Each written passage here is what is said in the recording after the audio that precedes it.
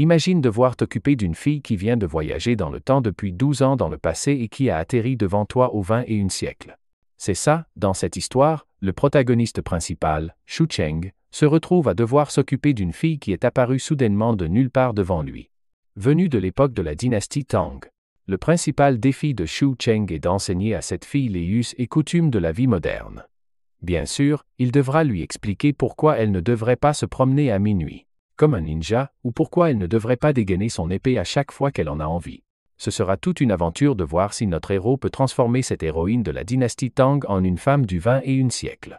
L'histoire commence dans une zone métropolitaine où une pluie battante s'abat sur des rues animées.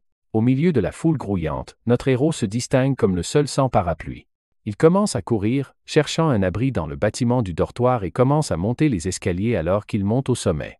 Shu Cheng commence à entendre ces voix étranges, et l'instant d'après, ses yeux s'écarquillent de choc.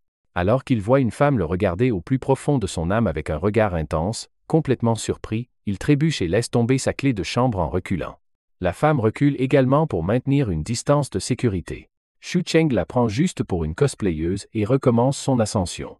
Mais quand il regarde de plus près sa tenue, il est surpris de voir à quel point elle semble réaliste. Malgré cela, il chasse ses pensées et continue de monter les escaliers, convaincu qu'elle n'est qu'une cosplayeuse dévouée. Avant qu'il ne puisse entrer dans sa chambre, la femme l'appelle de derrière, lui disant d'attendre. Shu Cheng s'arrête, se retourne et mentionne nonchalamment que c'est là qu'il habite. La fille a l'air un peu effrayée et recule rapidement, gardant une distance prudente. Voyant sa réaction, il commence à se sentir un peu gêné, se demandant s'il a l'air si louche qu'une fille le prendrait même pour un agresseur de rue au hasard. Il se dirige vers sa chambre. Il jette un coup d'œil rapide à l'extérieur avant de fermer la porte, seulement pour la trouver toujours à l'extérieur. Après avoir fermé la porte, il enlève ses chaussons et sa chemise trempée. Et après avoir pris un bain chaud, il attrape une canette de coca et prend également le sac de nourriture pour chat, appelant son chaton melon. Comme par magie, la petite boule de poil apparaît avec une étincelle dans les yeux et se jette avidement sur son repas. Pendant ce temps, notre héros commence à engloutir ce coca rafraîchissant, savourant cette folie pétillante à chaque gorgée. Il jette un autre coup d'œil à l'extérieur et voit que la pluie ne montre aucun signe de ralentissement. Après un moment, il décide de vérifier par le judas de sa porte et, étonnamment, la fille n'est plus là. Tout en ouvrant la porte avec prudence, il se demande si elle est partie. Mais dès que sa porte est assez ouverte, elle apparaît juste devant son seuil. Se sentant un peu mal à l'aise, il lui offre un parapluie ou de l'aide pour rentrer chez elle, si ce n'est pas trop loin. Cependant, la fille ne répond à aucune des deux options et demande plutôt où ils sont. Shu Cheng souligne qu'ils sont dans son quartier, sur Beiyang Road. La fille se tait un instant, incertaine de ce à quoi s'attendre. Puis elle demande qui pourrait être notre héros. Eh bien, c'est une autre question simple à laquelle notre héros n'a aucune idée de comment répondre. Alors, avec un peu de confusion, il lui fait savoir qu'il n'est qu'un type au hasard. Il essaie ensuite de lui offrir son parapluie. Mais elle regarde simplement ce parapluie ordinaire comme si c'était une chose extraterrestre. Après un moment de silence, elle se présente comme faisant partie du clan Yan. Et avoue qu'elle n'a aucune idée de comment elle a atterri ici. Son aveu laisse notre héros se gratter la tête, se demandant si elle n'est qu'une fille prise dans un fantasme de cosplay. Il soupire d'épuisement et lui fait signe d'entrer pendant qu'il essaie d'appeler à l'aide. Alors qu'il compose le numéro du garde, les yeux de la femme se fixent sur la télé. Une publicité commence à passer et, sans hésitation, elle tranche la télé avec sa lame. Son visage devient blanc comme si elle avait vu une sorte de magie noire qui doit être immédiatement vaincue. Le garçon reste là, stupéfait, tandis que le garde s'enquiert des bruits étranges en arrière-plan. La fille se tourne vers lui avec ses yeux injectés de sang, lui lançant un regard intense. Une fois que notre héros ignorant n'est pas en mesure de prononcer un seul mot, le garde raccroche brusquement, pensant peu, être que notre héros est pris avec quelque chose d'urgent. Shu Cheng se gratte la tête, l'air perplexe, et lui demande d'où elle vient. Pendant ce temps, la dame veut savoir si les gens à l'intérieur de cette chose en verre bizarre sont morts et elle est curieuse de connaître les gens avec qui il discutait sur sa brique. Voyant ces sandales de paille qu'elle porte, le garçon se demande si cette dame excentrique pourrait même se permettre de remplacer la télé sophistiquée qu'elle vient de trancher. Finalement, il lève la main dans un geste apaisant, la rassurant qu'il est un type bien, et suggère qu'elle repose son épée. Après qu'elle ait récupéré son épée de la télé, le garçon lui demande son nom et d'où elle vient. Elle répond promptement que son nom est Zhang He, et qu'elle est une disciple du clan Yan. Il la complimente pour avoir trouvé un nom aussi cool et plaisant en lui demandant si son clan Yan est assez riche pour le dédommager pour sa télé cassée. La dame est confuse et demande comment il ne connaît pas quelqu'un d'aussi prestigieux que le clan Gusuyan. Le garçon secoue simplement la tête, admettant qu'il n'en a jamais entendu parler. Son silence ended long. Comme si elle était offensée par ce type qui ne reconnaît même pas son clan. Voyant son expression tendue, le garçon la rassure une fois de plus en lui disant qu'il est bien intentionné et lui donne le feu vert pour poser toutes les questions qu'elle souhaite. La dame avoue timidement qu'elle veut juste retrouver son chemin vers le clan Yan. Notre héros. Toujours aucune idée de l'endroit où pourrait se trouver ce clan Yan. Lui rappelle qu'ils sont dans la ville de Jiangecheng et lui demande si elle la connaît. La femme reste silencieuse et maintenant, notre héros, toujours aussi perdu, commence à se frotter la tête, frustré.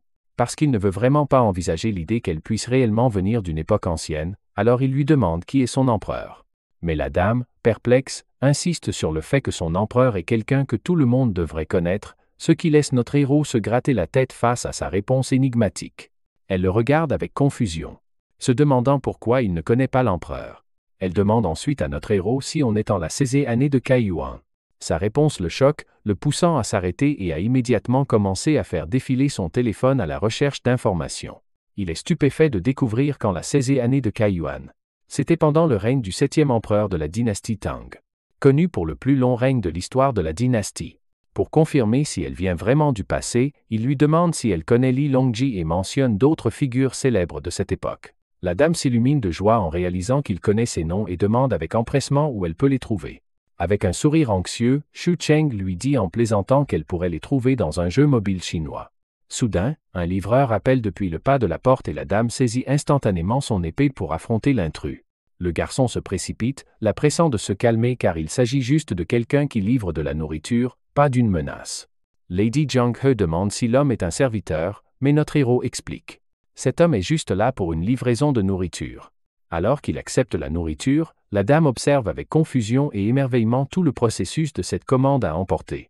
Le garçon lui demande ensuite si elle a faim et si elle veut manger quelque chose, mais la fille refuse nerveusement.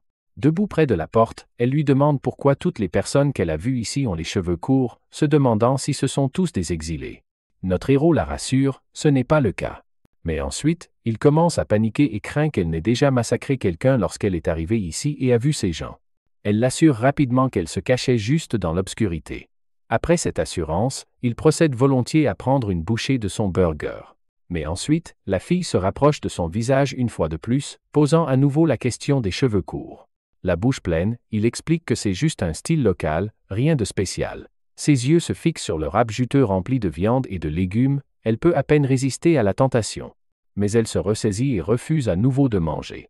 Il lui suggère d'étancher sa soif avec le soda si elle ne veut rien manger, lui disant que c'est super sucré et probablement différent de tout ce qu'elle a jamais goûté auparavant. Lady Zhang se met en colère, se sentant insultée par son commentaire, et l'accuse de la rabaisser. Notre héros clarifie rapidement qu'il essayait juste de lui offrir quelque chose à manger. Alors que leur dispute s'échauffe, ils commencent à se chamailler comme un vieux couple marié. Au milieu de leur querelle, notre héros renverse accidentellement sa canette de coca, le renversant partout. La boisson gazeuse commence à bouillonner sur le sol. Voyant l'étrange liquide se répandre, la fille le regarde avec incrédulité, pensant qu'il essayait de la forcer à consommer cette substance noire et dégoûtante. Le pauvre gars transpire nerveusement, insistant sur le fait que ce n'est pas du poison et tentant d'expliquer le concept d'une boisson gazeuse. Mais ces concepts modernes n'ont aucun sens pour la fille des temps anciens. Dans un accès de rage, elle plaque notre héros au sol et le regarde avec des yeux de feu, avant qu'elle ne puisse lui trancher la tête. Peu de temps après, elle se calme un peu lorsqu'il prouve que la boisson n'est pas empoisonnée en la buvant lui-même. La fille comprend enfin. Et notre héros lui dit d'arrêter de dégainer son épée à chaque fois, mentionnant à quel point elle a fait flipper son chamelon. Il la regarde ensuite et réalise qu'il n'y a que 3 options pour se débarrasser d'elle. Option 1, la piéger pour qu'elle sorte et la laisser geler ou mourir de faim, mais il sait qu'elle finirait aux informations. Option 2, appeler la police. Mais elle pourrait devenir folle et lui causer des ennuis en tuant ses officiers, et rien que d'y penser, ça lui donne la chair de poule. La 3e option est de la surveiller. Puisqu'elle vient des temps anciens, il pourrait apprendre des choses intéressantes d'elle, mais il craint aussi qu'elle ne le coupe en deux si elle continue à brandir son épée. Au lieu de le regretter plus tard, il décide de l'accueillir et de voir comment les choses se passent. Cela étant réglé, il lui offre le burger. Bien qu'elle soit clairement tentée par la nourriture alléchante devant elle, elle détourne obstinément le regard et lui demande ce que c'est exactement que cette chose qu'il tient. Décidant de prouver que ce n'est pas du poison, il prend la première bouchée et elle accepte, lui disant avec empressement de continuer. Alors qu'il mange, la dame l'observe attentivement et le garçon réalise que cette quantité de nourriture pourrait ne pas être suffisante pour elle. Alors il décide de faire un bol de riz à la place, pensant que son estomac ancien pourrait ne pas bien supporter le burger. Il semble qu'il ne faisait que trouver des excuses pour manger le burger lui-même. Le voir le finir complètement agace la dame au plus haut point. Il lui fait signe de s'asseoir, mais elle vérifie prudemment le siège en appuyant sa main contre avant de s'asseoir prudemment. Soyons réalistes, elle ne peut pas faire confiance à ce type étrange complètement. Même s'il lui a offert son parapluie. Sa chambre est remplie d'étrangetés et il mange des trucs bizarres aussi, alors elle décide de rester vigilante et prudente. Elle pose à nouveau des questions sur cet endroit et notre héros lui rappelle que c'est la ville de Zhongsheng.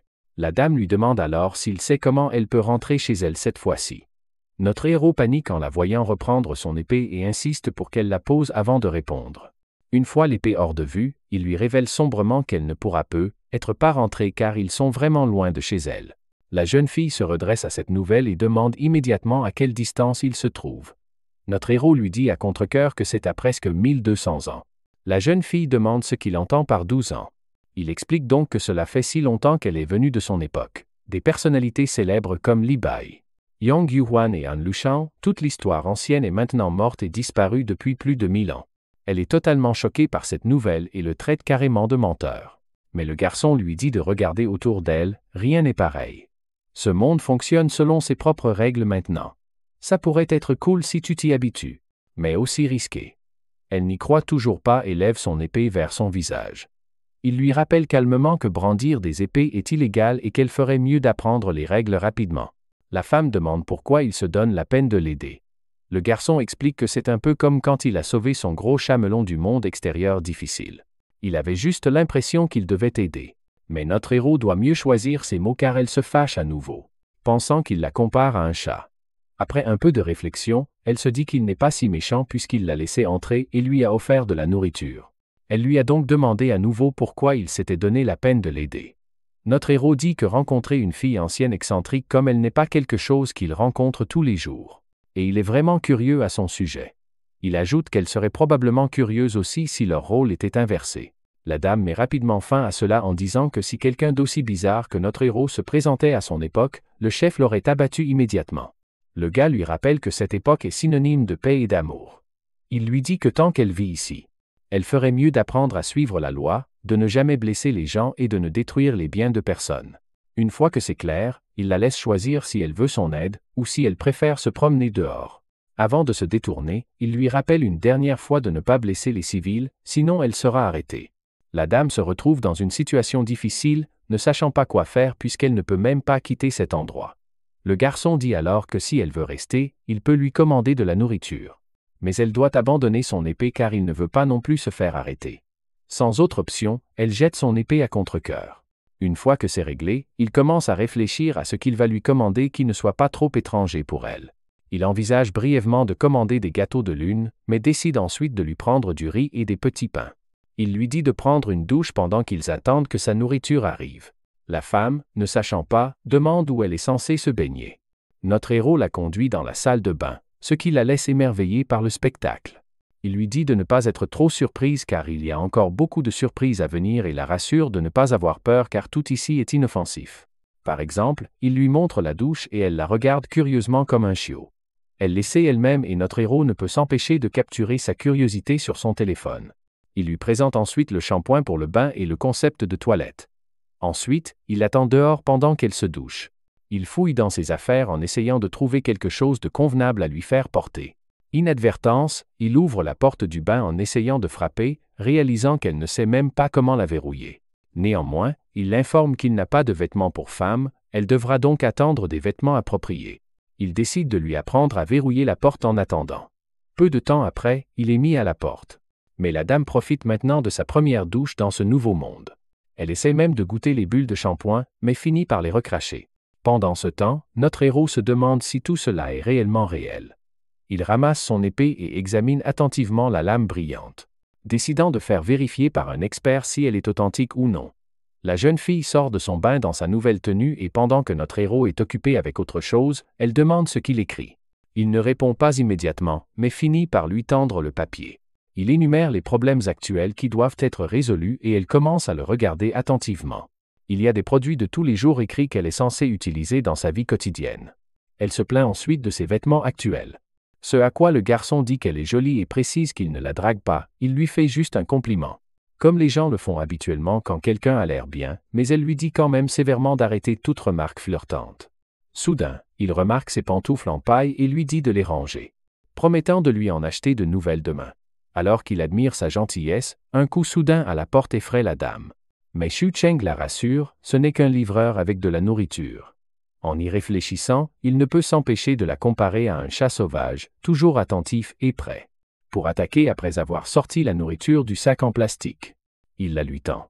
C'est alors que Lady Zhang He se souvient de quelque chose que son capitaine adjoint avait l'habitude de dire, si quelqu'un vous aide gratuitement, il doit avoir des arrière-pensées. En entendant cela, Shu Cheng commence à pleurer. Mais ensuite, elle sourit et lui dit qu'elle croit qu'il est réellement une bonne personne. Dans quelques instants, une fois qu'elle a fini sa nourriture, Shu Cheng décide de discuter avec la jeune fille. Il commence par lui faire savoir qu'elle n'est plus à l'ère primitive et qu'elle doit ajuster ses croyances en conséquence. Il lui dit que si elle comptait sur son épée pour survivre et finissait par le tuer, elle ne tiendrait pas plus d'une semaine avant de manquer de nourriture, alors il lui conseille d'arrêter de jouer avec l'épée et de se concentrer sur autre chose, comme utiliser la télé pour se divertir. Il souligne aussi que le smartphone peut être très utile. En gros, il essaie de la rassurer en lui disant qu'elle est parfaitement en sécurité ici, et que personne ne va lui faire de mal. En entendant ça, la fille hoche la tête en signe d'acquiescement et notre héros pousse un soupir de soulagement. Mais quand il s'agit du monde extérieur, les choses se compliquent. Il explique que même si c'est un monde paisible, ça pourrait être dangereux pour elle. Curieuse, Dame Zhang He demande pourquoi. Et notre héros explique qu'elle pourrait finir par blesser quelqu'un accidentellement. Par exemple, si elle se promenait dans un château royal avec son épée à la main, il la jetterait probablement en prison. C'est pareil dans ce monde aussi. Non seulement ça, mais il lui explique aussi le concept de carte d'identité, l'avertissant qu'elle doit faire attention aux flics qui pourraient lui demander de la voir. Donc la première chose que Shu Cheng veut faire, c'est lui faire une carte d'identité. Sinon, elle va se faire remarquer comme le nez au milieu de la figure partout où elle ira parce qu'elle n'est pas d'ici. Après avoir entendu parler de la carte d'identité, la dame demande si elle est une sorte de réfugiée ici. Shu Cheng lui dit que c'est en fait pire parce que les conséquences sont assez graves si elle se fait prendre. La dame panique. Mais Shu Cheng essaie de la calmer en promettant de l'aider parce que rencontrer quelqu'un d'il y a 12 ans, ce n'est pas tous les jours. Malgré tout, la dame reste hésitante, ne sachant pas si elle peut lui faire confiance et voulant juste rentrer chez elle. Ce à quoi le garçon fait remarquer qu'il ne sera pas facile pour lui de l'aider dans sa situation actuelle. Et leur meilleure chance est qu'elle coopère autant que possible. Au bout d'un moment, la dame accepte à contre-cœur de coopérer et demande ce qu'elle doit faire en premier. Shu Cheng ne perd pas de temps et lui dit directement. Premièrement, ne sors plus jamais cette épée. Alors qu'il s'installe dans un moment de calme, la fille regarde soudainement autour d'elle et demande à Shu Cheng où est sa femme, parce qu'elle veut quelqu'un avec qui potiner. Mais le pauvre gars, autant qu'il déteste l'admettre, dit « Je suis célibataire, en fait ». C'est une sacrée surprise pour la dame et un silence soudain remplit la pièce. Shu Cheng la rassure rapidement en lui disant que c'est normal de ne pas être marié à son âge, et lui dit de s'installer confortablement dans la chambre d'amis qu'il a pour elle. Elle hoche la tête silencieusement et le suit alors qu'il lui montre la nouvelle chambre dans laquelle elle va séjourner. À l'intérieur de la pièce, il y a beaucoup d'affaires, mais Shu Cheng range rapidement tout, faisant assez de place pour une personne confortablement. Il est clair que la dame n'est pas vraiment ravie de rester dans cet endroit, surtout avec un type bizarre comme lui. Cependant, Shu Cheng attrape des couvertures de rechange et les dispose soigneusement sur son nouveau lit, l'encourageant à se reposer. Il comprend qu'elle doit se sentir confuse. Et il espère que quand ils se réveilleront demain, tout cela aura l'air d'un rêve. Il s'apprête à quitter la pièce, et avant de le faire, il se présente comme Shu Cheng, lui souhaite bonne nuit et la laisse seule dans sa chambre. La dame replace d'abord son épée et s'assoit ensuite sur son lit douillet. Une fois minuit passé, Shu Cheng se retrouve éveillé, se sentant un peu agité tout en repensant à toute cette journée mouvementée. Tout d'abord, il s'est fait rejeter à des entretiens d'embauche.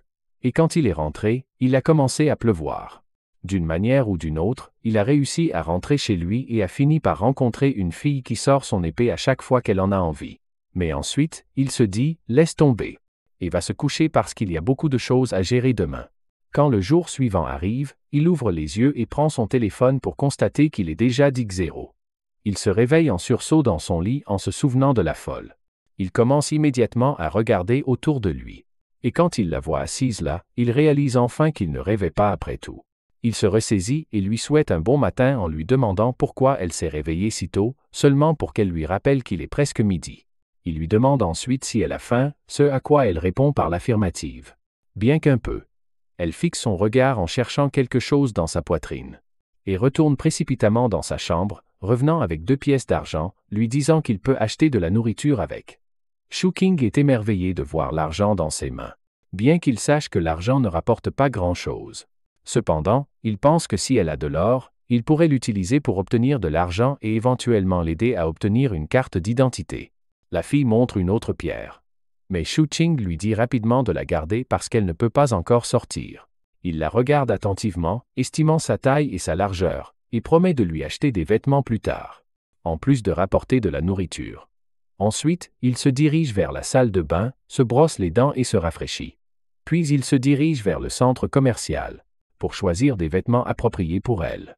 Après avoir regardé plusieurs options, ses yeux se posent sur une robe particulière, et dit au vendeur qu'il va prendre celle-là aussi. Il semble qu'il ait repéré des soutiens-gorge au loin, mais n'a pas pu se résoudre à entrer seul dans cette section. Après 1 heure de shopping, il finit enfin et regarde les affaires qu'il a achetées, se sentant gêné de tenir des cosmétiques pour femmes. Il se dirige ensuite vers la librairie, prend quelques livres et rentre à son appartement en traversant la ville animée. En arrivant à l'entrée de l'immeuble, le gardien lui pose des questions sur ses achats et notre gars essaye de cacher toutes les affaires féminines qu'il transporte. Le garde l'interroge aussi sur l'appel téléphonique d'hier. Et il invente une excuse, disant qu'il a composé le mauvais numéro par accident. Avant de partir, le garde l'avertit d'être prudent à cause des récents vols dans le quartier. Il hoche la tête et assure le garde qu'il s'en souviendra. Une fois de retour dans son appartement, il trouve la dame debout, son épée presque dégainée, prête à trancher tout intrus. Le garçon la rassure, lui disant qu'elle est en sécurité et lui tend la boîte de nourriture, mentionnant qu'il a aussi apporté quelques produits de première nécessité. Soudain, quelque chose fait tilt dans son esprit. Il la regarde avec curiosité et elle lui demande ce qui le tracasse. Il se demande maladroitement à voix haute si elle devrait le remercier et le considérer comme une sorte de jeune héros, ou un type bien, ou quelque chose comme ça. La dame ne comprend pas vraiment où il veut en venir. Elle le remercie quand même.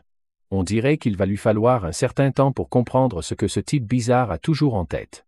Il se jette sur la nourriture et la dame dévore son repas comme une bête sauvage, ce qui surprend notre héros, vu l'image élégante qu'il se faisait des femmes de son époque.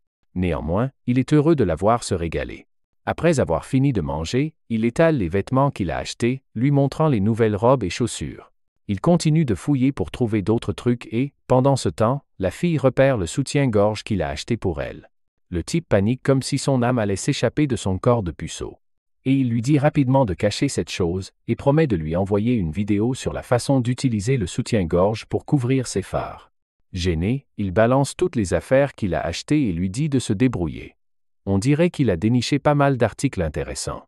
Mais avec ça, il a aussi apporté des livres pour l'aider à mieux comprendre ce monde et sa culture. Il prévoit même de lui apprendre à utiliser un ordinateur pour qu'elle puisse apprendre par elle-même. La voyant fatiguée et agitée, il lui suggère de bien dormir avant de décider de leur prochaine étape, mais elle l'interroge alors sur son statut dans ce monde. En entendant ça, il repense les choses et admet qu'il est un étudiant diplômé toujours à la recherche d'un emploi. C'est marrant de voir comment, bien qu'il soit au chômage, il parvient quand même à dépenser sans compter pour des vêtements et des cosmétiques chics. Alors même la dame commence à penser qu'il est un gosse de riche, mais notre héros met rapidement fin à ça en disant qu'il vient d'un milieu pauvre. Ensuite, elle commence à se demander s'il n'est pas propriétaire ou quelque chose comme ça. Néanmoins, elle plonge dans ses livres. Mais quand elle voit ces vieilles photos de son époque, les larmes lui montent aux yeux en pensant à la façon dont elle peut rentrer chez elle. Le garçon lui rappelle qu'il n'a aucune idée de comment la ramener là-bas, mais lui demande comment elle a atterri ici. La dame révèle qu'elle poursuivait un petit voleur sous une forte pluie.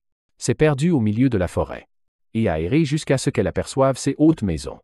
On dirait que ce type n'a aucune idée de comment la renvoyer chez elle. Mais il change habilement de sujet, lui disant qu'elle doit survivre dans ce monde avant de pouvoir rentrer. Puis, sans hésiter, il l'interroge sur son grade militaire et ses compétences en arts martiaux. Vous voyez, la raison pour laquelle ce type posait la question en premier lieu, c'est parce qu'il était intéressé par ses compétences en arts martiaux. Pour commencer, et la dame lui donne une réponse précise.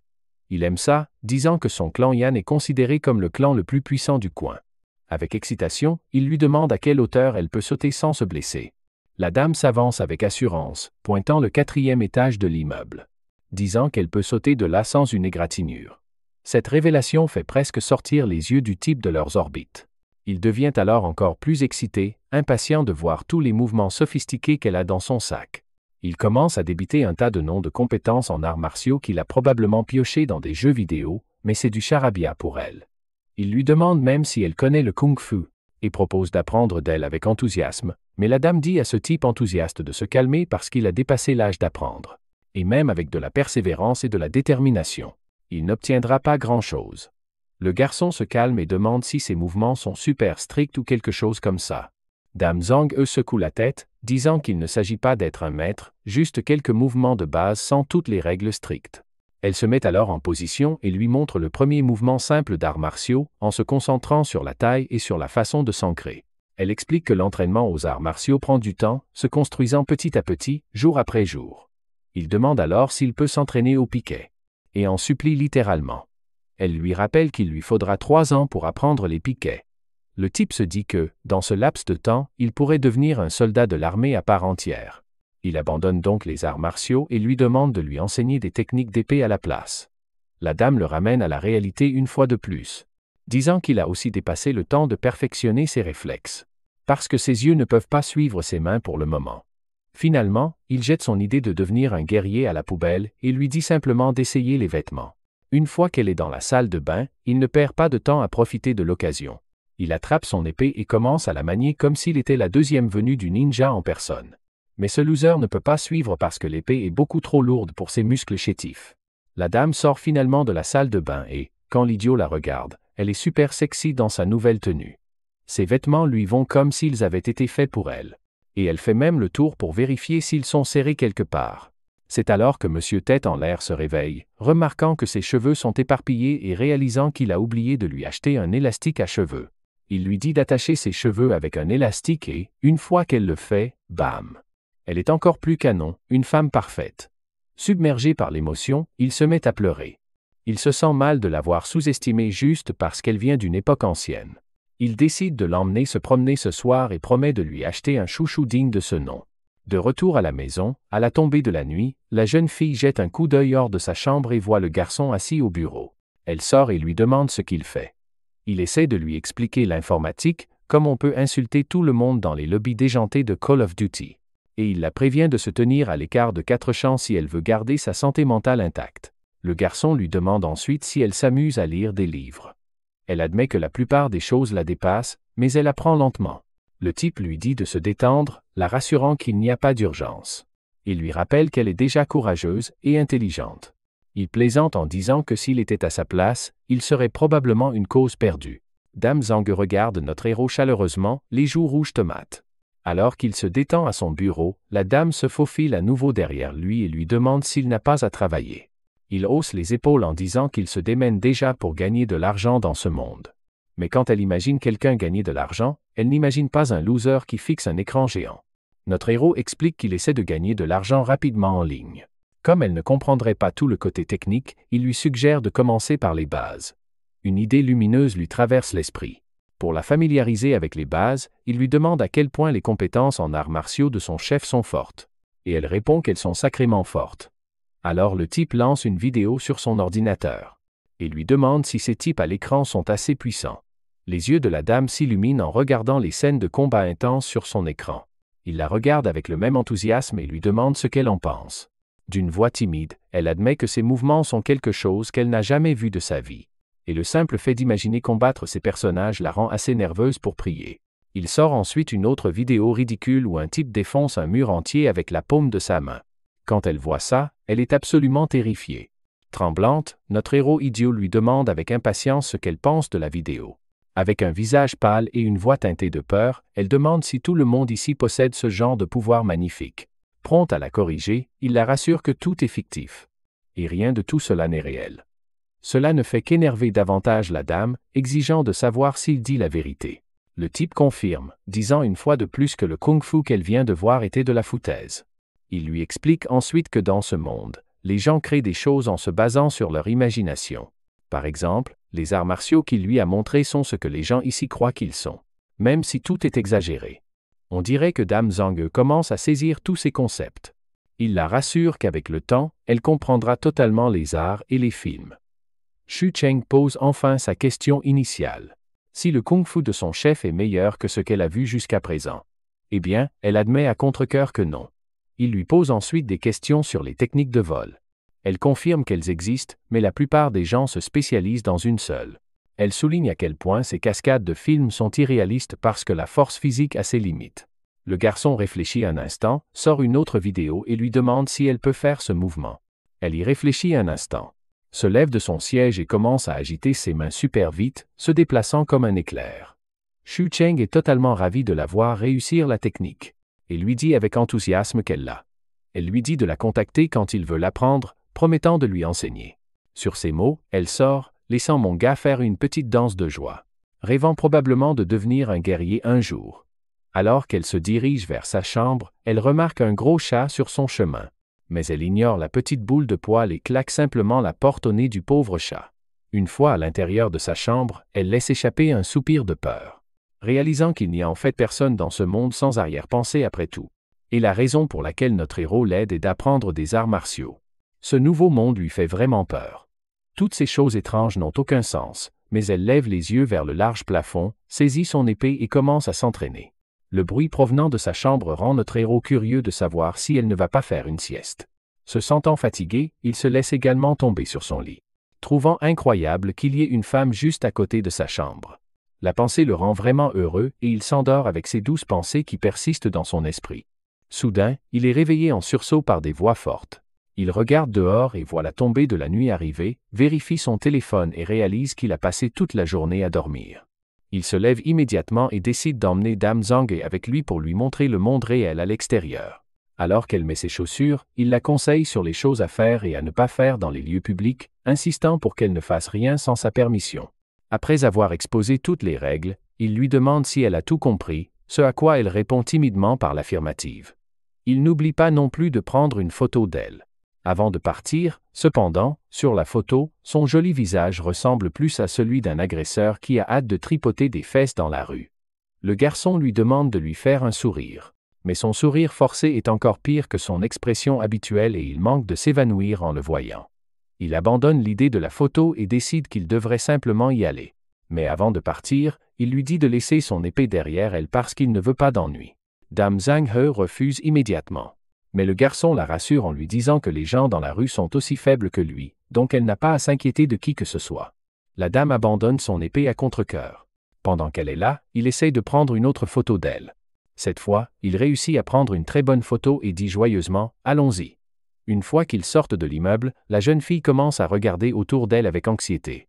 Notre héros explique que c'est un quartier où vivent des familles. Il montre l'entrée principale et la route à l'extérieur, et mentionne les magasins des deux côtés où les gens peuvent acheter de la nourriture, des vêtements ou tout ce dont ils ont besoin. Dame Zhang He est intimidée en voyant un type sur un scooter, pensant probablement que c'est une sorte de monture magique. Alors qu'il marche, il remarque des gens. Une femme corpulente reconnaît immédiatement Dame Zhang pour une raison quelconque. La jeune fille se cache derrière le garçon tandis que la femme insiste sur le fait qu'elle l'a déjà vu. Pendant ce temps, un garde demande si notre héros s'est dégoté une petite amie. Mais le garçon se contente d'en rire et dit que c'est juste une amie, mais il semble que cette grosse dame ne lâche pas l'affaire. Elle reconnaît immédiatement Dame Zhang He comme la femme maniant l'épée d'hier. Le garde et la femme commencent à discuter de l'épée qu'elle avait et la grosse dame explique tout en détail. Notre héros intervient rapidement en criant que c'était juste du cosplay, où les gens font semblant d'être des personnages fictifs ou historiques. Heureusement, la grosse dame croit à l'histoire du cosplay et notre héros saisit l'occasion. Il saisit la main de Zhang He et s'éloigne rapidement. Les voir marcher côte à côte rappelle au vieil homme son propre passé. Une fois hors de vue, Dame Zhang He retire sa main et commence à bouder. Il lui demande si cette femme l'a vue hier. La jeune fille reste silencieuse à cette question et le garçon est maintenant sûr que Zhang He a dû rencontrer cette femme dans les escaliers. Néanmoins, ils continuent leur voyage ensemble. La dame est assez choquée de voir des voitures rouler si vite. Le garçon donne alors une brève description des voitures et de la façon dont elles ont évolué des calèches à ces machines robustes et rapides. Comme elle ne comprend pas comment ces choses fonctionnent, elle suppose qu'il doit y avoir un cheval coincé à l'intérieur fournissant la puissance nécessaire pour faire fonctionner la voiture. Le garçon lui présente ensuite le concept des caméras et explique comment les films qu'ils ont regardés ont été filmés avec ces appareils. Il souligne que s'il se comportait mal avec elle ici, des gens de loin regarderaient toujours depuis cette vidéosurveillance et pourraient les faire arrêter. Il la rassure donc tant qu'elle se comporte bien. Elle n'est pas leur cible. Dame Zhang ramasse quelques cailloux par terre et notre héros lui dit rapidement de ne même pas penser à assommer les caméras. Elle s'arrête immédiatement et lui dit de simplement ranger les pierres. Il explique ensuite les feux de circulation et leur fonctionnement, soulignant que le rouge signifie s'arrêter et le vert signifie que vous pouvez traverser la route. Je raconte ça parce que je veux que mes amis et les autres spectateurs apprennent aussi. Une fois qu'ils ont traversé la route, l'attention de Zhang est attirée par les lumières vives de la rue. Et les épiceries. Les voitures à grande vitesse la fascinent également. Pendant qu'il marche, le garçon choisit un ruban pour les cheveux de la dame. Mais quand il l'imagine avec ses jolies boules de fourrure sur la tête, il se rend compte que ce n'est peut-être pas approprié pour elle après tout. Il commence à réfléchir en regardant toutes les jolies choses scintillantes étalées devant eux. Dame Zhang se réjouit à la vue et lorsque notre héros lui demande si elle aime un ruban en particulier, elle répond immédiatement oui. Une fois qu'elle a le ruban dans ses mains, elle commence à l'étirer vigoureusement. Mais ensuite, elle l'utilise correctement et le met sur sa tête. Elle est à nouveau mignonne et belle. Même notre héros ne peut s'empêcher d'admirer sa beauté. Alors que le soleil se couche et que la ville s'illumine, notre duo se dirige vers un restaurant. Notre héros commande 2 gâteaux de riz frit avec des épices supplémentaires et une assiette de concombres tranchés en accompagnement. Alors qu'il cherche un endroit pour s'asseoir, le garçon révèle à Zhang que c'est le même endroit d'où vient toute leur nourriture. Il compte sur ce restaurant parce qu'ils servent la meilleure nourriture et qu'il en profite depuis qu'il est enfant.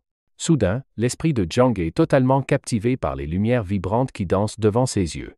Elle est tellement perdue dans le moment qu'elle se retrouve surprise lorsque le serveur arrive avec leur nourriture. Le garçon décide de commencer à manger et lui offre une paire de baguettes. Elle a l'air vraiment nerveuse. Et pendant qu'il engloutit son jus de citron, il se rend compte qu'il a probablement fait le bon choix en ne la laissant pas se promener seule. Elle a clairement besoin de plus d'encadrement qu'il ne le pensait. Mais il est sûr de pouvoir tout lui apprendre étape par étape. Après avoir fini de manger et payer l'addition, il quitte le restaurant, satisfait, surtout notre héros. Il rentre à la maison, et une fois qu'ils sont là, il lui demande si elle commence à se sentir plus à l'aise. Elle ne répond pas et reste assise silencieusement sur le canapé. Il essaie de la rassurer en lui disant que vivre dans ce monde n'est pas si mal, surtout avec toute cette nourriture délicieuse. Et cette malbouffe à grignoter. Il lui dit qu'une fois qu'elle aura sa propre carte d'identité, elle pourra en profiter encore plus. Malgré ses assurances, elle ne semble toujours pas très enthousiaste à l'idée de rester et dit doucement qu'elle veut rentrer chez elle. Mais encore une fois, il lui rappelle qu'elle ne peut pas rentrer chez elle puisque cela fait déjà 12 ans. On dirait qu'elle doit accepter la réalité. Elle demande comment ils vont résoudre le problème d'identité. Le type explique qu'il n'est pas un agent du gouvernement pour gérer ce genre de choses. Mais il y a toujours un moyen et il la rassure en lui disant qu'il va l'aider. La fille est troublée et se sent reconnaissante pour sa gentillesse. Cette fois, elle le remercie correctement en l'appelant un jeune guerrier. Le garçon répond avec la même énergie fraternelle.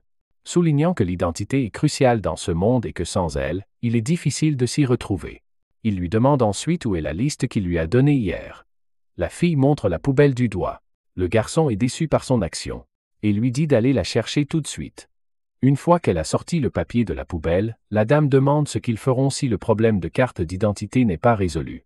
Notre héros souligne qu'elle sera une criminelle et qu'il ne peut rien faire sans pièce d'identité.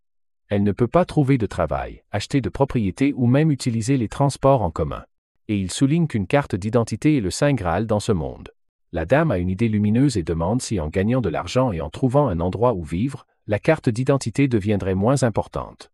Le garçon explique qu'il y a encore beaucoup de choses qu'elle ne peut pas faire sans pièce d'identité, comme avoir un compte bancaire, un téléphone, des comptes en ligne, des achats en ligne. La liste est longue. Il ouvre ensuite son ordinateur portable. Cherche un certificat de résidence non enregistré, tout en disant à la dame de s'adresser directement aux autorités pour obtenir de l'aide concernant sa carte d'identité. Il la rassure en lui disant que le pire des cas est qu'ils pourraient la confisquer. Mais il est sûr qu'ils la traiteront bien. Dame Zhang attrape immédiatement son épée en demandant s'il envisage de la livrer aux autorités. Le garçon lui dit d'oublier ça et de se concentrer d'abord sur ses études. Il lui suggère de regarder l'histoire ou quelque chose comme ça et une fois qu'elle aura une connaissance de base de la société moderne, elle pourra décider par elle-même. La femme se tait et semble visiblement anxieuse et triste. Elle demande si c'est un problème pour lui qu'elle reste ici.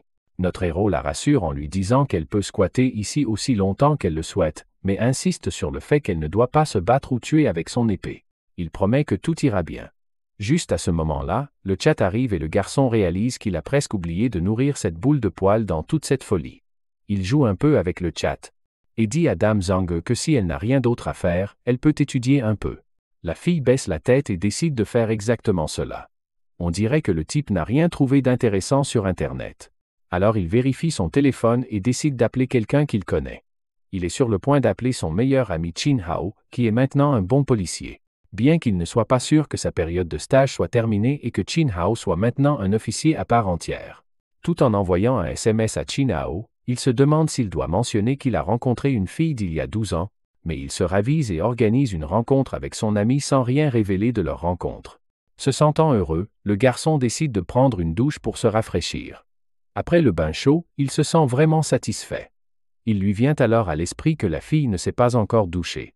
Mais il décide de ne pas s'attarder là-dessus. Soudain, il se souvient qu'il partage l'espace avec quelqu'un du sexe opposé. Et il sait qu'il aurait des ennuis si elle le surprenait à se promener nu. Heureusement, personne ne le voit et il se précipite dans sa chambre.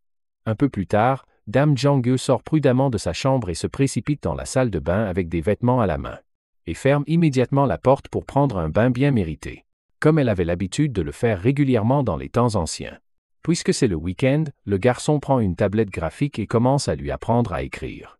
Elle est déjà douée pour lire les caractères chinois traditionnels et pour maîtriser leur prononciation. Alors maintenant, elle essaie d'écrire quelques mots. Soudain, Melon apparaît, attirant leur attention à tous les deux. Le chat a l'air affamé, alors le garçon décide de la nourrir pendant que Dame Zhang continue à s'exercer à écrire. En le regardant distribuer de la nourriture pour chat, Dame Zhang devient curieuse et demande ce que c'est réellement. Ce à quoi Xu Cheng explique que c'est de la nourriture faite spécialement pour que les chats la mangent. Dame Zhang imagine rapidement comment il pourrait produire une telle nourriture pour chat, imaginant des sachets suspendus à de grands arbres dans son esprit. Soudain, on frappe à la porte et le garçon se précipite pour recevoir la livraison de nourriture. Il attend à la dame en lui disant que c'est son dîner pour ce soir. Comme il va retrouver son ami plus tard pour lui parler de sa carte d'identité. La fille se jette immédiatement sur la nourriture et notre héros lui assure qu'il lui apprendra à utiliser un téléphone et un ordinateur pour qu'il puisse rester en contact pendant qu'elle mange. Petit Melon intervient en demandant de la nourriture. Mais le type ramasse son chat et lui rappelle de s'en tenir à sa propre nourriture pour chat. Curieuse, la dame demande timidement si elle ne peut pas donner un peu de sa nourriture à ce chat, ce à quoi le garçon acquiesce et explique que ce genre de nourriture n'est pas sain pour les chats. La dame est choquée d'entendre ça et son esprit s'arrête un instant. Si cette nourriture n'est pas saine pour un animal, comment peut-elle être bonne pour les humains? Elle a même l'impression que son burger ne sent plus bon. Peu après, il montre à Lady Zhang comment utiliser Discord pour lui envoyer des messages sur son téléphone, précisant clairement que ce ne sera pas lui qui se cachera à l'intérieur de l'ordinateur, mais plutôt, ce seront les ondes de transmission qui transporteront sa voix jusqu'à elle. En quittant son dortoir, il se gratte la tête en se demandant si tout cela est bien correct. Finalement, il atteint sa destination après un trajet en bus. En descendant, il regarde autour de lui et aperçoit son ami assis au loin qui lui fait signe de la main. Quand ils se rencontrent enfin face à face, ils échangent des salutations. L'officier Chin verse alors une bière fraîche pour notre héros, mentionnant que c'est la première fois qu'il lui sert une bière. Ils s'assoient tous les deux. Et notre héros demande à son ami comment il peut boire en tant que policier. Chin Hao explique qu'il est hors service et habillé de façon décontractée, juste là comme une personne ordinaire. Le garçon passe ensuite sa commande en notant soigneusement tous les plats délicieux qu'il s'apprête à déguster, il trinque et se porte un toast. Xu Cheng demande à son ami comment se passe son travail et ce que ça fait d'être un officier exceptionnel. Chin Hao décrit brutalement cela comme terrible et toutes les histoires de héros qui sauvent la situation sont des absurdités. Il raconte comment il est souvent entraîné dans des disputes insignifiantes entre couples et finit par résoudre des conflits avec des vieilles dames du quartier. Il rencontre rarement des voleurs. Au lieu de cela, il s'occupe des disputes quotidiennes et des absurdités, mais notre héros, Xu Cheng, souligne le bon côté des choses, mentionnant que les gens vivent et travaillent généralement heureux, ce qui est une bonne chose. Autant Chin Hao déteste son travail maintenant, autant il a toujours rêvé de devenir policier. Quand il était enfant, cependant, il a cessé de grandir après avoir atteint 6 mètres, sachant que la taille minimale requise était de 7 mètres. Il a beaucoup pleuré dans les bras de notre héros. Heureusement, lorsque l'exigence de taille a été remplacée par le saut en hauteur, il était excité de commencer à s'entraîner tous les jours, atteignant finalement son rêve. Mais après avoir traité uniquement des disputes insignifiantes, l'officier est tellement épuisé qu'il plaisante en disant qu'il se battrait même contre une femme avec une épée, s'il doit le faire juste pour faire un grand spectacle. Notre héros lui dit immédiatement de ne pas plaisanter sur de telles choses. Soudain, le garçon change de sujet et demande nonchalamment ce qui se passe si une personne sans abri qui a perdu la mémoire veut obtenir une carte d'identité et travailler sans aucune preuve de citoyenneté. Ce à quoi l'officier déclare brutalement qu'il n'est pas facile d'obtenir une carte d'identité. Et quelqu'un correspondant à cette description est probablement une personne louche. Avec l'énergie d'un officier, il demande à notre héros le nom et l'adresse de la personne dont il parle. Le garçon essaie de raconter une histoire sur la façon dont le frère de sa mère avait un fils dont l'ami est dans une situation similaire. L'officier le coupe en lui disant d'arrêter les bêtises et en lui rappelant que sans preuve d'identité comme un test sanguin ou quelque chose de similaire, ils ne peuvent pas obtenir de carte d'identité. Le garçon insiste en demandant si la personne qu'il a rencontrée n'était pas identifiée, et étrange comme un sans-abri. L'officier souligne que si leur comportement est suspect, ils doivent faire l'objet d'une enquête. Voyant le regard suspicieux de son ami, le garçon lui dit rapidement d'arrêter de le regarder comme s'il abritait un fugitif. Il insiste sur le fait qu'il n'est pas là pour discuter de la façon de dissimuler l'identité de qui que ce soit. Son ami acquiesce en le rassurant qu'il lui fait confiance. Il suggère de demander des informations de base à l'étranger. Il pourrait également utiliser un annuaire de personnes ou des informations ADN pour vérifier les détails. Son ami s'irrite soudainement en disant à notre héros de laisser tomber la conversation et commence à descendre sa bière. Le garçon plaisante en disant qu'il n'est venu ici que parce qu'il avait besoin de quelque chose à dire, sinon ils ne se seraient pas rencontrés. Puis il dit en plaisantant à son ami d'oublier tout et tend ses mains en plaisantant, lui disant de se menotter parce qu'il veut savoir ce que c'est que d'être interrogé et menotté. Après leur plaisanterie, notre héros soulève à nouveau le sujet de la carte d'identité, mais la réponse de l'officier reste la même. Il donne un exemple que s'il était si facile d'obtenir une nouvelle carte d'identité, les criminels poignarderaient les gens quotidiennement, et s'enfuyant avec de nouvelles identités pour prendre un nouveau départ, ils continuent leurs allers-retours et après avoir bu beaucoup de bière. L'officier se retrouve assommé. Notre héros essaye de le réveiller en lui rappelant son devoir de résoudre les différends entre les vieilles dames, mais l'officier veut juste plus de bière, alors notre héros dit au serveur de ne plus en apporter. Le garçon paie l'addition alors que son ami veut encore plus de boissons. Notre héros apprend alors qu'il y a une réduction de 50% si vous dépensez 100 yuan, alors il décide d'acheter beaucoup de poissons pour Lady Zhang. Après avoir dit au revoir à son ami qui a le hockey, il prend sa commande à emporter et rentre chez lui. Bien qu'il soit un peu déçu de n'avoir obtenu aucune piste, mais il ne s'en fait pas. Une fois rentré chez lui, il trouve la fille profondément endormie et il ne peut s'empêcher d'admirer sa beauté. Son cœur et son cerveau semblent se court-circuiter. Alors qu'il la regarde, incertain du sentiment qui l'agite, la fille se réveille brusquement, se sentant un peu surprise de le voir de retour. Il lui montre la nourriture qu'il a apportée et elle dit doucement merci. Pas satisfaite d'un simple merci, le garçon insiste en plaisantant pour qu'elle le dise fort et clairement. Rougissant, la fille dit « Merci jeune guerrier », ce qui provoque une réaction exagérée du garçon, prétendant que c'était une tâche facile et une petite contribution. Alors qu'il déballe la nourriture, la fille lui demande s'il a beaucoup bu. Il dit non, et lui montre un pot de yaourt en lui disant de le lécher avant de boire. Il commence à frotter sa langue contre le yaourt aigre doux et elle l'imite, l'appréciant étonnamment et plongeant dedans. Le garçon lui dit de manger et de ne pas laisser la nourriture refroidir alors qu'il se dirige vers la salle de bain pour prendre un bain. Il ne peut s'empêcher de sourire, ressentant la chaleur de rentrer à la maison et de voir quelqu'un l'attendre après son bain. Quand il est de retour dehors, la fille le remarque immédiatement, il lui demande si elle a vérifié ses vêtements, ce qui la déroute au début, puis elle se souvient du soutien-gorge qu'il lui a apporté, et se sent super embarrassée rien qu'en y pensant. Apparemment essayer de comprendre avec des tutoriels YouTube ne s'est pas si bien passé. Plus tard elle se dirige vers la salle de bain pour se changer. Elle est nerveuse à l'idée d'essayer la robe chic car elle a l'habitude des tenues simples qui correspondent à son humeur. Elle se demande à quoi ressemblera la princesse piquante dans cette nouvelle robe. Elle pose le soutien-gorge et la robe sur le lit, prend un bain et sèche ses cheveux avec un sèche-cheveux. Elle est vraiment reconnaissante envers le gentil jeune homme qui l'aide à s'adapter à tout. Mais elle sait que compter sur lui n'est pas une solution à long terme. et qu'elle ne peut pas aller très loin avec ses connaissances limitées.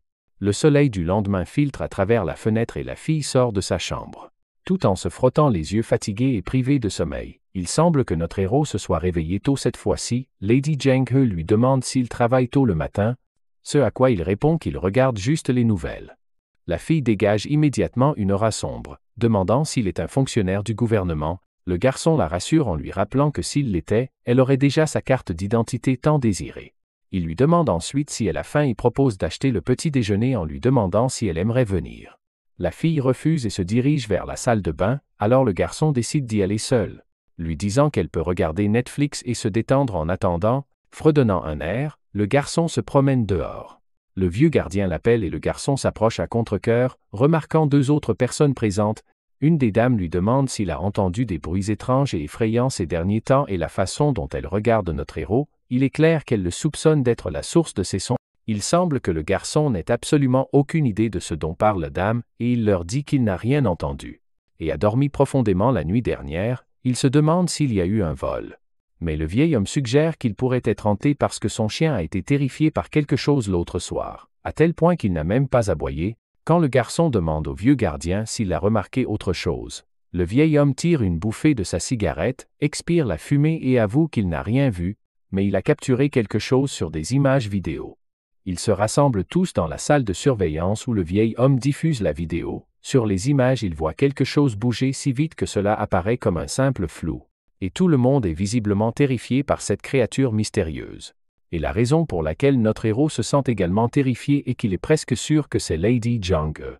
Il se frappe le visage, incertain de la raison pour laquelle elle fait ça, et décide de retourner aux appartements pour le lui demander lui-même. Eh bien, il semble que maintenant nous sachions pourquoi Lady Zheng He se sentait fatiguée il y a quelque temps. Elle essayait probablement d'explorer ce monde par elle-même dans la nuit pour apprendre de nouvelles choses.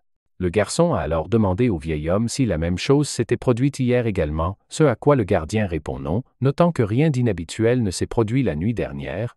Il rit maladroitement et décide d'entretenir l'idée qu'il y a peu, être un fantôme dans les parages. Le chauve là-bas et la dame potelée deviennent curieux, se demandant pourquoi un fantôme s'amuserait en pleine nuit, surtout chez eux.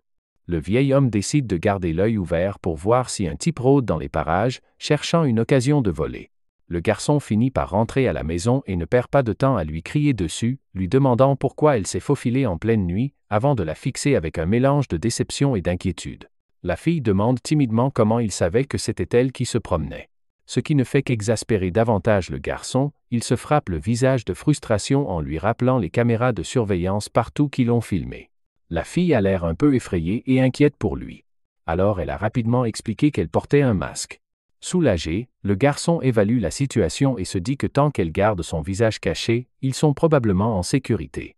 Il lui dit que désormais, si elle veut sortir, elle doit l'emmener avec elle. Pas de sortie en solo autorisée tant qu'elle reste ici. Il insiste sur le danger de sa situation, elle ne peut donc pas se promener librement. La dame demande timidement si elle lui a causé des ennuis et il la rassure en lui disant que, heureusement, personne ne l'a reconnue. Parce que tout le monde pensait qu'il y avait juste un fantôme qui hantait l'endroit.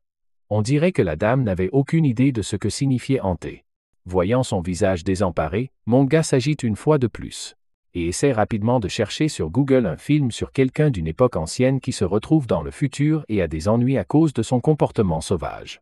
Il veut insister sur le danger que pourraient représenter ses actions si elle ne fait pas attention. Et il est à peu près sûr que ce qu'il vient d'imaginer correspond parfaitement à la description de son personnage. La fille a l'air timide et promet d'arrêter de causer des problèmes si ça le dérange.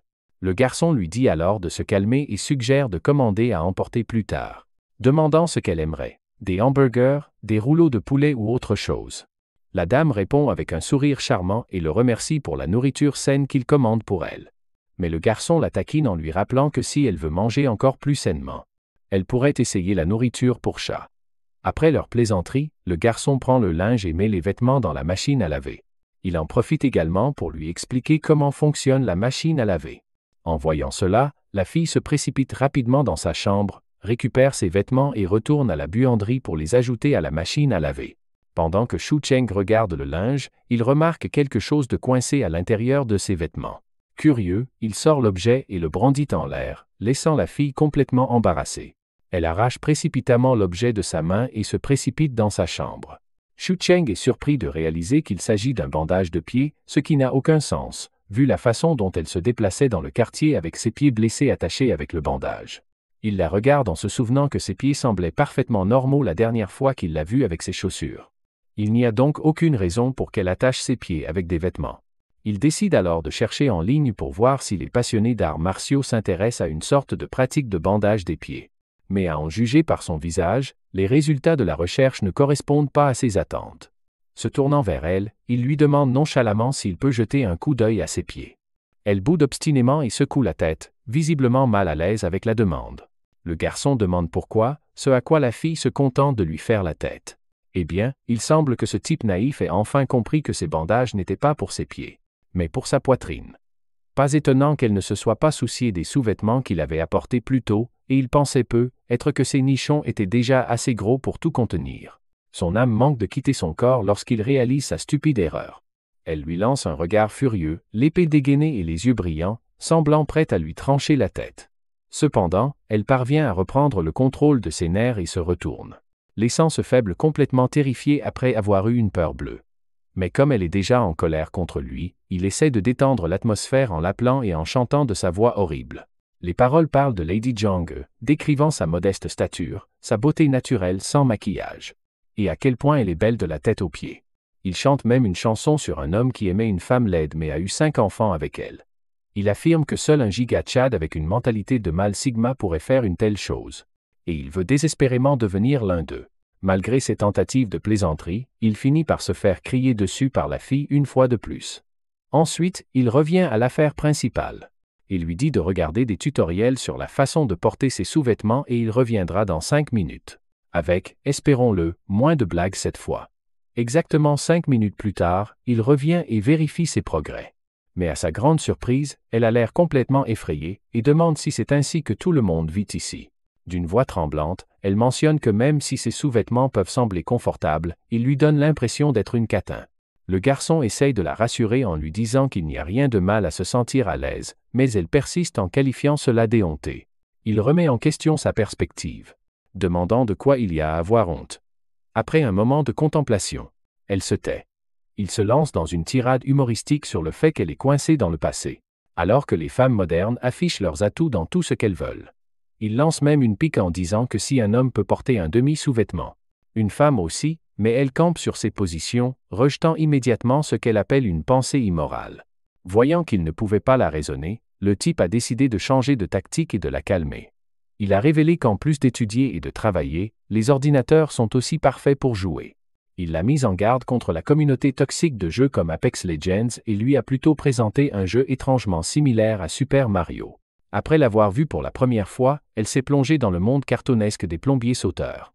Pendant que la demoiselle était occupée à battre le record de speedrun de Nifki, notre héros s'est discrètement éclipsé, pensant qu'il vaut mieux l'occuper à l'intérieur. Plus tard, quand il est rentré chez lui, il a interrompu son jeu pour lui apprendre à vaincre le boss final. Après leur session de jeu, il s'est senti épuisé et a décidé de faire une sieste. Pendant qu'elle continuait à jouer sur son ordinateur portable, une fois qu'il s'est installé dans sa chambre. Il repense à la chance qu'il a eue de ne pas décrocher un emploi ce jour de pluie, sinon, même si l'entretien s'était bien passé, gérer une jeune fille antique de 12 ans l'aurait probablement forcé à démissionner. Alors que le crépuscule jette sa teinte jaune sur la pièce, notre héros revient pour retrouver la demoiselle. Il lui suggère de manger au restaurant et lui dit de s'habiller bien cette fois, au lieu de ressembler à un clochard. Il lui conseille même d'essayer une coiffure différente. Elle examine ses options et émerge dans une nouvelle robe, rougissant alors qu'elle s'adapte au style moderne, bien qu'un peu trop moderne pour ses goûts. Le garçon rougit aussi, frappé par sa beauté, mais la presse rapidement de se changer et de remettre sa robe d'origine pour éviter d'attirer l'attention en public. Cela plonge la jeune fille dans un état d'agitation et de frustration sans mesure. Alors qu'il se promène dehors, le vieux gardien de sécurité demande en plaisantant s'il emmène à nouveau sa petite amie faire du shopping. Notre héros précise qu'ils ne sont que des amis, pas en couple. Le vieil homme révèle alors qu'il conserve un talisman pour éloigner temporairement les fantômes jusqu'à ce que son acajou arrive. Quand on lui demande s'il ressemble au dieu des festivités du Nouvel An, Shu Cheng lève le pouce et se dépêche de partir, notant qu'il se fait tard. Pendant ce temps, Lady Zhang est déjà occupée par ses propres pensées à propos de quelque chose. Une fois qu'ils sont seuls, elle ne peut plus contenir sa curiosité. et demande à Shu Cheng ce que signifie petite amie. Il explique que c'est juste une amie. Perplexe, elle se demande pourquoi il a nié qu'elle était sa petite amie plus tôt. Il lui dit d'être patiente et promet qu'il expliquera plus tard. Shu Cheng est presque sûr que si Lady Zhang découvre la véritable signification de petite amie, elle pourrait bien faire ses valises et s'enfuir de chez lui alors qu'il recommence à marcher. Le garçon lui suggère de regarder des vidéos sur l'histoire de son royaume. Mais elle exprime sa réticence, notant que revisiter son passé est douloureux. Alors qu'il marche, Lady Zhang remarque l'absence de couvre-feu, de vendeurs ambulants et de nids de poules boueux dans cet environnement paisible. Tout lui semble surréaliste et onirique dans ce monde prospère. Leur promenade s'arrête à un stand de thé où Shu Cheng commande du thé au lait perlé et d'autres friandises et l'encourage à essayer. Elle observe avec curiosité mais hésite à boire. Regardant autour d'elle, elle demande si les gens gagnent de l'argent de cette façon dans ce monde et si elle pourrait apprendre à faire un tel travail. Shu Cheng crève doucement sa bulle, expliquant qu'elle peut apprendre les compétences mais ne peut pas gagner d'argent sans carte d'identité. Pendant qu'elle sirote son thé avec tristesse, le garçon la rassure en lui disant que le problème de la carte d'identité finira par être résolu, elle ne devrait donc pas perdre espoir. Il l'encourage à apprécier le thé pour le moment. Alors qu'elle boit, il lui demande si elle le trouve bon. Mais il s'avère qu'elle ne l'aime pas vraiment. Elle mentionne que le goût n'est pas tout à fait à son goût et que les perles sont difficiles à mâcher. Le garçon est tout à fait d'accord, déclarant qu'il ressent la même chose et ne comprend pas comment les gens aiment boire cette pisse. La jeune fille lui lance un regard froid, n'appréciant probablement pas d'être le sujet de sa critique gustative. Il la rassure rapidement en lui disant qu'il pensait que les filles aimaient les choses sucrées, c'est pourquoi il l'a commandée pour elle, alors que sa propre boisson est un peu acide. Il l'invite à essayer sa boisson à la place. Elle sirote prudemment sa boisson à travers la paille et, alors que la saveur délicieuse frappe son palais, son visage s'illumine de joie. Alors le garçon échange sa boisson avec le thé aux perles de Lady Zhang et lui adresse un doux sourire. Vraiment heureux qu'elle l'apprécie. Alors qu'ils continuent leur sortie, Lady Zhang commence à sentir que quelque chose ne va pas, mais décide de ne pas s'y attarder, se concentrant plutôt sur le fait de siroter à nouveau sa boisson. Après avoir fini leur repas, le garçon rôde sans vergogne, indiquant son estomac plein. Il suggère de faire un tour rapide avant de rentrer à la maison et il se promène dans la ville animée au milieu de la nuit. Soudain, le garçon décide de s'arrêter à une gare routière et suggère de l'emmener dans un endroit sympa. Puisque c'est sa première fois à monter dans le bus, il lui dit de ne pas paniquer et de simplement le suivre. Le garçon procède à mettre une pièce de monnaie et entre dans le bus, la guidant vers un siège près de la fenêtre afin qu'elle puisse profiter pleinement du trajet. Alors que le bus commence à se déplacer dans les rues animées, la jeune fille est émerveillée par tout ce qu'elle voit à l'extérieur. Le garçon est un peu surpris qu'elle ne surréagisse pas, étant donné que c'est son premier trajet en bus. Elle révèle qu'elle a monté de nombreuses fois dans des calèches. Une fois qu'ils atteignent la station de pont de Lanjiang, ils descendent du bus et il lui présente ce nouvel endroit appelé Lenjiang. Il lui dit avec enthousiasme et fierté qu'à son époque, cet endroit était être désert. Mais maintenant, c'est le cœur de la vie nocturne de la ville. Alors qu'elle admire le spectacle, elle se demande si c'est possible. Le garçon l'encourage à trouver ses propres réponses en étudiant l'histoire si elle a du mal à le croire. Alors qu'ils se tiennent près de la rivière, le garçon sort son téléphone et ne perd pas un instant pour immortaliser le moment. La fille regarde justement dans sa direction, créant une pose parfaite pour une photo. Et notre héros capture cet instant d'un simple clic. À ce moment-là, il lui promet aussi un voyage en avion. Une fois son problème de carte d'identité réglé, l'idée de s'envoler dans le ciel est complètement nouvelle pour elle. Alors il la rassure une fois de plus et lui dit que pour l'instant, elle peut rester dans sa petite chambre exiguë et découvrir le monde. Curieuse comme un enfant, elle demande ce qui vient après avoir compris le monde. Le garçon s'arrête, réfléchit un instant et explique qu'elle atteindra la vraie liberté. Elle aura une idée claire de ce qui est bien et mal pour elle et elle pourra pleinement profiter de ce futur monde. Vérifiant son téléphone, il annonce que le moment est venu. Pile au bon moment, des feux d'artifice éclatent dans le ciel, le peignant de couleurs vives et de lumière. Elle ne peut s'empêcher de se demander si sa famille serait émerveillée par un spectacle aussi magnifique. Il lui sourit et l'encourage à profiter de ce moment ici au nom de ses proches également. Le lendemain arrive et les nouvelles que notre héros voit sont plutôt désagréables, c'est le moins qu'on puisse dire. Parce qu'on peut voir Lady Zhang faire ses mouvements de ninja dehors, près des poteaux électriques. Bien sûr, le visage du type se crispe à cette vue. Mais c'est aussi un peu rassurant. Depuis qu'elle a joué au ninja à minuit, les gardes patrouillent plus fréquemment. Donc il n'y aurait pas de vrais voleurs dans les parages pour le moment. Soudain, Lady Zhang remarque des gens rassemblés dehors et pointe curieusement son doigt vers eux. Demandant ce qui se passe, Shu Cheng est effrayé en réalisant qu'ils ont commencé à effectuer des rituels pour éloigner les fantômes du coin. Peu de temps après, ils replongent dans leur repas et la dame souligne que le style de vie de Shu Cheng ressemble à être en prison. Il rit et lui rappelle comment ils ont fait du shopping plus tôt, regardé des documentaires, déjeuné, versé quelques larmes devant un animé et ensuite dîné. Il lui dit que ça s'appelle avoir un foyer et un style de vie d'otaku. Mais la fille ne semble rien comprendre. Alors Shu Cheng explique que rester à la maison signifie avoir la liberté de choisir quoi faire et où aller. Il compare ça à un ancien propriétaire terrien qui passe ses journées dans son manoir avec sa famille et un chat. La dame décide alors d'aller faire une petite promenade. Et Shu Cheng lui demande si elle veut sortir seule. Elle reste silencieuse, ce qui est toute la confirmation dont il a besoin, alors il part dans une tirade, énumérant tous les dangers et ses défauts. Clairement, il rejette l'idée et lui dit de rester ici pour l'instant, jusqu'à ce qu'elle soit pleinement consciente du monde.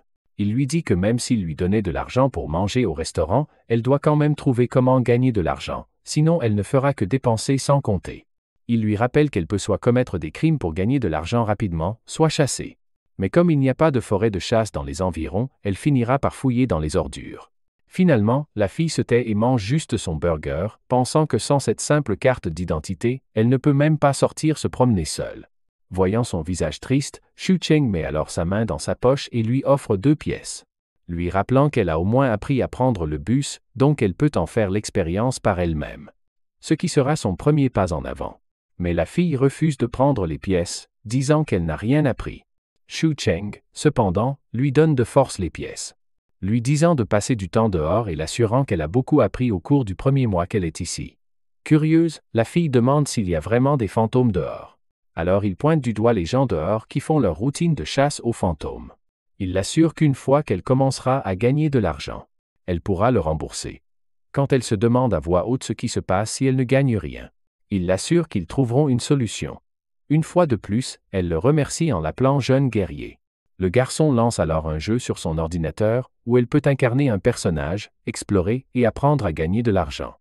Il lui suggère d'essayer, pour voir si elle s'y habitue. Quand elle demande pourquoi elle ne peut pas simplement faire ce qu'il fait et travailler en ligne pour gagner de l'argent, il explique que c'est assez complexe et qu'elle devrait commencer par les bases. Soudain, la sonnette retentit et le garçon panique, lui disant de se cacher dans sa chambre.